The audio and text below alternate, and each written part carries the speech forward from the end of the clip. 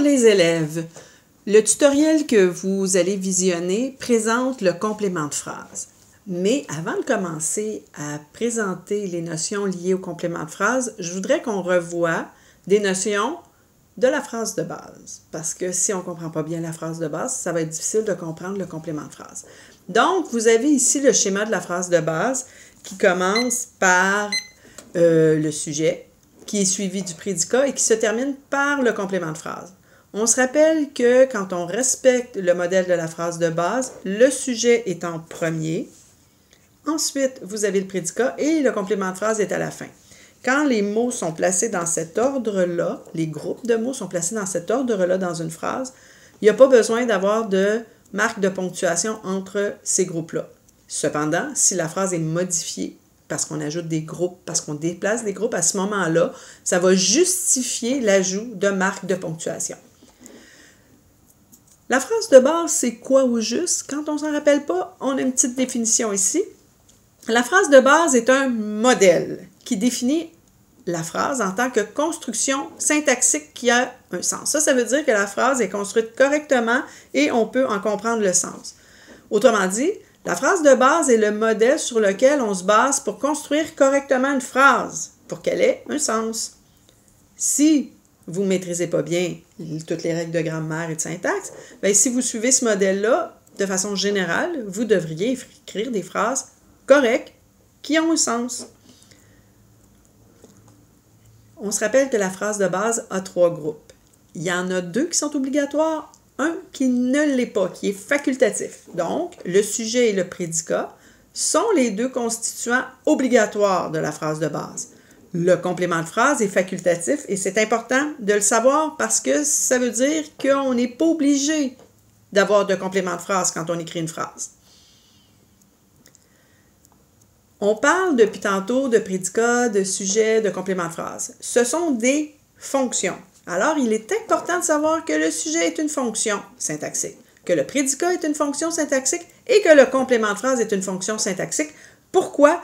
Parce qu'il faut les distinguer des groupes, du GN, du GV, du GPREP, du groupe adverbial puis du groupe adjectival, et des classes de mots, nom, verbe, déterminant, adjectif, conjonction, préposition, adverbe, déterminant, pronom. Donc, ce n'est pas la même chose. Il ne faut pas les confondre. Ça, ce sont des fonctions. Mais pourquoi il ne faut pas confondre les classes de mots, des groupes syntaxiques, des fonctions syntaxiques? Parce qu'ils ne font pas le même travail. Et c'est quoi le travail d'une fonction syntaxique? La fonction syntaxique est le rôle que joue un groupe de mots dans la phrase. Et pourquoi c'est important de connaître le rôle d'un groupe de mots? Bien, parce que ça nous permet de comprendre et d'analyser les relations qu'il y a entre les groupes de mots d'une phrase. Par exemple, quand vous êtes capable de repérer le sujet et le prédicat, ça vous permet de faire la conjugaison du verbe. Parce que pour conjuguer le verbe, vous devez être capable de repérer le noyau du sujet. Alors, à ce moment-là, vous allez pouvoir connaître la personne et le nombre, parce que le noyau vous donne la personne, première, deuxième, troisième, et le nombre, singulier ou pluriel. Donc, à ce moment-là, vous saurez comment conjuguer le verbe. Maintenant, on commence avec le complément de phrase. Donc, le 3e groupe facultatif de la phrase de base.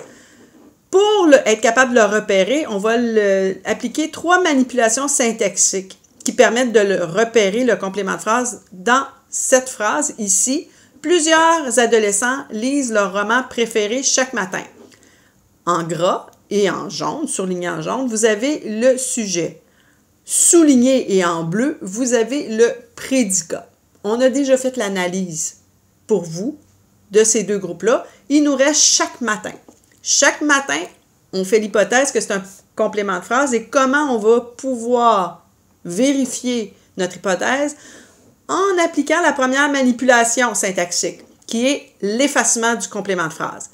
Il s'agit d'enlever le complément de phrase et de vérifier que la phrase garde son sens. Donc, plusieurs adolescents lisent leur roman préféré. Point.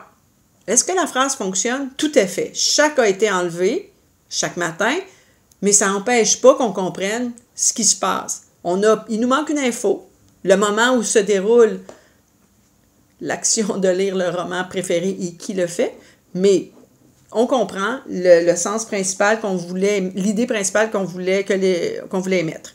Deuxième manipulation syntaxique, le déplacement du complément de phrase. Là, je vais te dire une note, on ne peut pas s'assurer qu'on a un complément de phrase juste parce qu'on a fait l'effacement du complément de phrase. Pourquoi? Vous avez ici un GN, leur roman préféré. Et dans le GN, il y a un adjectif préféré. Je pourrais enlever préféré, mettre le point ici. Par exemple, je le fais, je mets le point, puis je dis disparaît préféré. Plusieurs adolescents lisent leur roman. Est-ce que la phrase, elle a du sens? Oui. On l'a effacé, préféré. Est-ce que ça en fait un complément de phrase? Non. C'est le complément du nom roman. Donc, c'est pour ça que ça prend plus qu'une manipulation syntaxique pour être sûr qu'on a un complément de phrase. On va y aller avec la deuxième manipulation qui est le déplacement du complément de phrase. Il s'agit de déplacer le complément de phrase dans la phrase et de vérifier que cette phrase garde son sens. Attention, il ne faut pas oublier d'encadrer le complément de phrase avec des virgules quand il est déplacé dans la phrase. Donc ici, on a déplacé le complément de phrase en début de phrase. Et on remarque qu'on a fait des modifications. Ça veut dire que quand on déplace le complément de phrase, il faut apporter des modifications. Le C de chaque, maintenant, a une lettre majuscule parce que c'est le premier mot de la phrase. Ce n'est plus plusieurs. Ce qui signifie que plusieurs, maintenant, a une lettre minuscule parce qu'il n'est plus le premier mot de la phrase. Et on a mis une virgule. La virgule signifie « Attention, ce n'est pas le groupe sujet qui est au début de la phrase comme le démontre, comme le modèle qui est de la phrase de base, mais on a déplacé quelque chose et vous devez le reconnaître. C'est le complément de phrase. On lit, est-ce que la phrase garde son sens? Chaque matin, plusieurs adolescents lisent leur roman préféré. La phrase, elle est tout à fait correcte. Alors ça nous permet d'être pas mal certain que c'est le complément de phrase. Parce que si j'avais écrit « Préféré, chaque matin, plusieurs adolescents lisent leur roman », j'aurais su que ça, ce n'est pas un complément de phrase.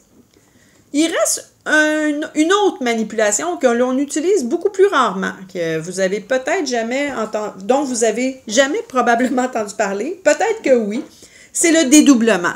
Ça, c'est pour les cas plus délicats, où on n'est pas certain, on l'a déplacé, on l'a enlevé, puis on n'est encore pas sûr parce qu'à nos oreilles, ça semble pas certain. Alors, il s'agit d'ajouter avant le complément de phrase soit l'expression « et cela se passe » ou « et cela se fait » dans la phrase et de vérifier que cette phrase garde son sens. Donc, plusieurs adolescents lisent leur roman préféré et cela se passe chaque matin. Ça fonctionne. Donc, on est certain maintenant que chaque matin est le complément de phrase de la phrase « Plusieurs adolescents lisent leur roman préféré chaque matin ». Maintenant, on va continuer. On a vu les 4 manipulations syntaxiques. On continue. Le complément de phrase. Qu'est-ce qui peut être un complément de phrase? Un G-prep peut être un complément de phrase. Un GN peut être un complément de phrase. Un groupe adverbial peut être un complément de phrase. Et une subordonnée peut être un complément de phrase. Juste un mot sur la subordonnée. C'est une phrase qui est insérée à l'intérieur d'une autre à l'aide d'un mot subordonnant. Il y en a différentes sortes. La subordonnée complément de phrase va avoir des conjonctions de subordination. Je ne vais pas beaucoup parler dans ce tutoriel de la subordonnée parce que c'est les bases du complément de phrase, mais je veux juste que vous sachiez que ça existe. Il y a une information essentielle à savoir sur le complément de phrase. Quand le complément de phrase est déplacé dans la phrase, il est encadré de virgules. Important de s'en rappeler. Maintenant, un exemple d'une phrase avec un complément de phrase qui est un GN. On reprend « Les nouveaux voisins emménagent ce matin ». C'est un GN parce que il y a le déterminant « ce » et surtout le nom « matin ». Ce matin, virgule, lettre majuscule, lettre minuscule ici. Ce matin, les nouveaux voisins emménagent. Et un déplacement à l'intérieur de la phrase. Donc, vous avez l'encadrement avec la virgule, une autre virgule. Les nouveaux voisins, ce matin, emménagent. Un exemple maintenant de complément de phrase qui est un groupe prépositionnel. Les élèves réparent des livres depuis ce matin. On a le nom matin, on a le se déterminant qui font un GN, puis ce GN-là, devant lui, il y a une préposition. Donc, comme il y a une préposition, depuis ce matin, c'est un G prêt. On déplace depuis ce matin, lettre majuscule, virgule, on enlève la lettre majuscule pour une minuscule à lait, ça donne depuis ce matin, virgule, les élèves réparent des livres. Ça fonctionne très bien.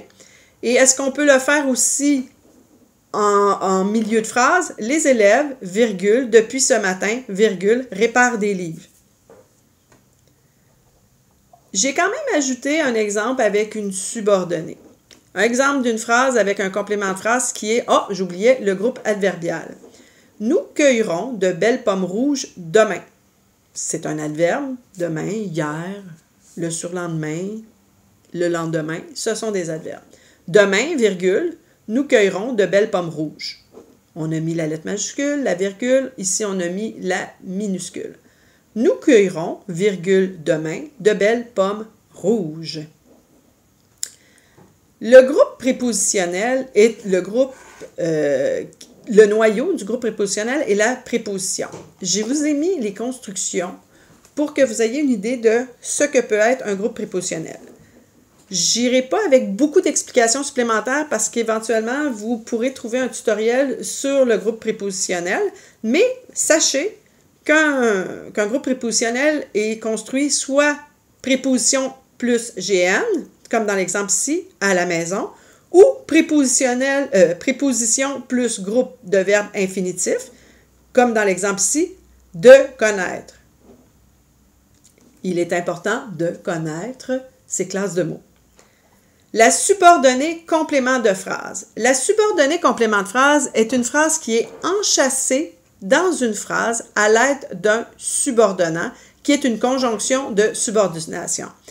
Il s'agit d'une phrase qui est à l'intérieur d'une autre phrase. La subordonnée doit obligatoirement être insérée dans une phrase principale. Et là, je vous donne quelques exemples de conjonction. Quand, parce que, comme, si, pendant que, lorsque, avant que, après que, depuis que. Ça veut dire que vous avez une phrase complète avec un sujet, un prédicat, puis peut-être même à l'intérieur un complément de phrase qui va avoir au début un mot comme parce que. Et on va voir un exemple justement avec parce que. Construction d'une subordonnée complément de phrase. Vous avez la conjonction de subordination parce que vous avez la phrase. Nous étudions sérieusement les notions de grammaire. Donc, le « nous » ici, c'est un sujet. C'est nous qui étudions sérieusement les notions de grammaire. Et vous avez le verbe conjugué « étudions ». Étudions quelque chose, les notions de grammaire. Les notions de grammaire sont nécessaires. Cette information-là est nécessaire pour compléter l'action d'étudier. Donc, ça fait partie du verbe. Ça fait partie du prédicat, excusez-moi, du GV qui est prédicat. Ça fait une phrase complète. On a un sujet et un prédicat parce que nous étudions sérieusement les notions de grammaire. Mais cette phrase-là, elle ne peut pas venir seule, ça y prend une phrase principale. Et voici cette phrase principale. Nous avons réussi l'examen, qui est la phrase principale, puis où je pourrais mettre un point, puis la phrase, elle serait correcte. J'enlève le point parce que j'ai aussi une subordonnée à l'intérieur. Nous avons réussi l'examen parce que nous étudions sérieusement les notions de grammaire. Et je vais la déplacer. Parce que nous étudions sérieusement les notions de grammaire, nous avons réussi l'examen. Je vous rappelle que ce sont des notions liées au complément de phrase et que c'est les parties avant qu'on voit le G-prep qui sont importants à retenir. J'espère que cela vous aidera et au prochain tutoriel.